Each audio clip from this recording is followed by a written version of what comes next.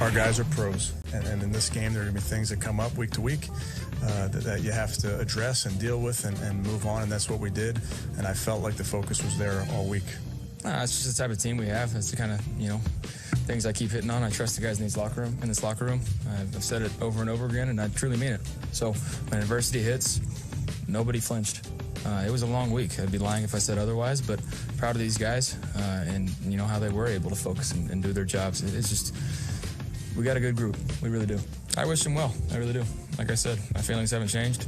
I wish him well. That's from a personal standpoint. He's a good friend of mine. We still haven't talked, but that doesn't change things. I wish him well. I wish him the best in his career, but I'm worried about the guys in our locker room. I'm proud of these guys, how they were able to focus up despite all the that was going on this week, and how they were able to do their job. So that's why I appreciate this group of guys and the staff that we have. So we're going to see if we can build on it and continue to get better. I usually talk to my good friends fairly frequently, especially if there's something going on that calls that friendship into question. You may want to rekindle it, renew it, make sure everything's fine. Are we okay? I thought we were friends. Are we okay? Anything? Anyone? Look, I give Kevin Stefanski a ton of credit. I said last week, Mike, he's going to earn his 2020 Coach of the Year award after the fact by how he deals with this. And they realized after what happened on Tuesday, it was time to move on from Odell Beckham Jr.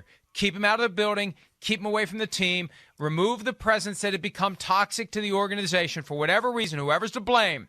They did it, and it worked. And this is one of those, in hindsight, I wish I had followed the instinct that was gurgling around in my stomach, because when I heard Kevin Stefanski speak last week, and he kept saying, all I'm focused on is trying to win a game. We desperately need to win a game.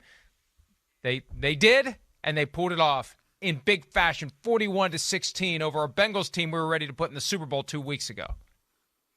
Yeah, that's this AFC North. I mean, absolutely incredible.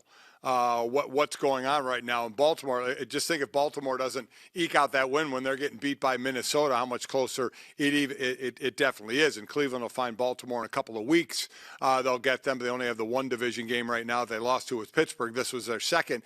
And away from what went on, and I thought, I think that's the way you handle it. You take the high road on everything. Again, we're good friends. We haven't talked is an interesting line. But regardless, it's taking the high road and not delving into it and worrying about who's in your locker room and move forward. You have to move past this. You got rid of the distraction. Listen, as we said, there's more than one person involved, but it revolved around Odell Beckham, and you got him out of there, so that's been removed. So there's no reason to keep, this should be the last it's spoken of in that locker room past this game. Now you just move on because you're going to be in the hunt for something. And this team can be in the hunt for something when they can run the ball. We saw it with Dearness Johnson when they went against Denver on that Thursday night when both Chubb and Hunt were out. Now Nick Chubb's back, and he had a monster game. When this team can run the ball, they can be a heck of a team. Not really going to win on passing the ball a lot. They have to be a mixture of the two. They ran 46 plays to Cincinnati's 70.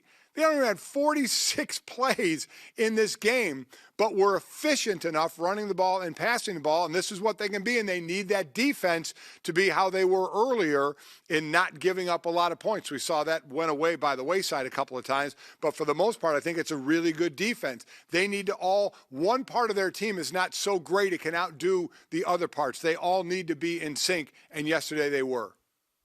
And I think Baker Mayfield's performance, direct correlation to not having that stress and strain of having to placate Odell Beckham Jr., having to deal with the passive-aggressive body language, the looks on the sideline. Even though Beckham hadn't been saying much, the presence had become too much for the Browns. And I want to spin forward what's going to happen with OBJ, because I really do think one of the reasons the Browns held on to him for as long as they did, they're afraid of what he's going to do somewhere else.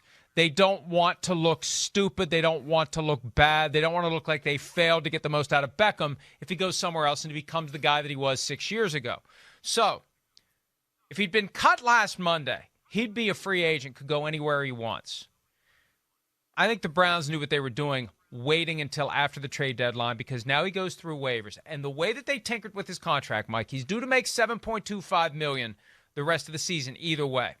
The Browns took, I'm told, roughly $3 million of it made it a roster bonus that's due this week, $4.25 million in lingering salary. That's all that the Browns would owe him as termination pay under the CBA, and it's complicated, but the bottom line is he can get the full amount of his remaining salary once he's cut and make whatever he makes elsewhere and keep both. He can do that. That's the way it works for anybody with 4 or more years of service who's cut during the season.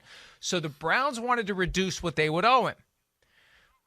But what Beckham should have done in allowing the Browns to reduce what they're going to owe him anyway, he should have pressed for terms that would have made it far more unattractive to claim him on waivers. Because right now, there's really no difference from what the contract was last week to what it is this week. It's still $7.25 million for the rest of the year for the team that claims him. The only thing that was added that helps Beckham is he becomes a free agent after the season. That's it. The final 2 years of the deal are wiped out. Nothing else in there creates a disincentive to a team that may claim him. So, there's a buzz right now around the league. Smart people who have accomplished things, developing and building teams and who understand how it all works, thinking, why shouldn't a team that may not be a contender, that may not be a team that Odell Beckham Jr. wants to play for, why shouldn't that team make a waiver claim? They're entitled to, and then Odell Beckham Jr.'s got to decide whether or not he's going to show up. So I don't think it's close to 100% that he's going to become a free agent. He's going to have to sweat it out until 4 o'clock tomorrow and find out who claims him on waivers. Because I think there's a chance in a 32-team league, 31, I don't think the Browns will claim him on waivers. 31 teams, there's a chance one of them is going to say, hey, let's give this a shot. But I guess I would say on the other side of that, Mike, is why? Why would a non-contending team, you're sitting there as a non-contending team, and you're telling me you have to shell out $7.2 million to him the rest of the way? Is that, if you have to do that, and he can be a free agent at the end of the year, and you're a and then unless you think you're willing to sign him to a longer-term deal, you would be claiming a guy who's got a bad shoulder, who hasn't been that much available, who certainly had some drops on the field. Don't get me wrong. When he is right, he can be a heck of a weapon. I completely agree with that. But why would you, as a non-contending team, take that on for the rest of this year with no guarantee of next year unless you actually signed him? I don't know what the thinking would be on why you would bring that into your locker room. Well, first of all, dysfunctional teams do dysfunctional things. So even though you made a great case for shying away from Odell Beckham Jr., that doesn't mean that a team out there that isn't a contender won't look at it differently. And look no farther than the Jacksonville Jaguars, who are feeling pretty good about themselves after what happened yesterday, beating the Bills, feeling like they can win some more games, feeling like maybe they'd like to sell more tickets to their games. And they have like $27 million in cap space right now, lingering cap space. They could crunch the numbers and say, hey, here's the jerseys we'd sell. And they sold all those Tebow jerseys, and he was never on the team in a regular season game. They could justify it. They could justify it. And one last point, and then we got to take a break. The fact that the Seahawks seem to be the ones who are zeroing in on Beckham, when you consider how much Urban Meyer is emulating Pete Carroll in Jacksonville, the fact that the Seahawks have been linked to Beckham is not going to make Urban Meyer less interested in Odell Beckham Jr. And I'm not saying the Jaguars are going to do it, but it's not all that difficult to come up with a case for saying, what the hell, let's give it a shot. We've got $27 million in cap space. Maybe he sells some tickets, generates some excitement, and maybe we win some games with him present because we'll use him. We'll show the Browns how to properly use Odell Beckham Jr. Ego can come into play, too, for Urban Meyer. Hi, I'm Mike Tirico, and thanks for watching. Make sure to hit subscribe for the latest news and highlights from NBC Sports.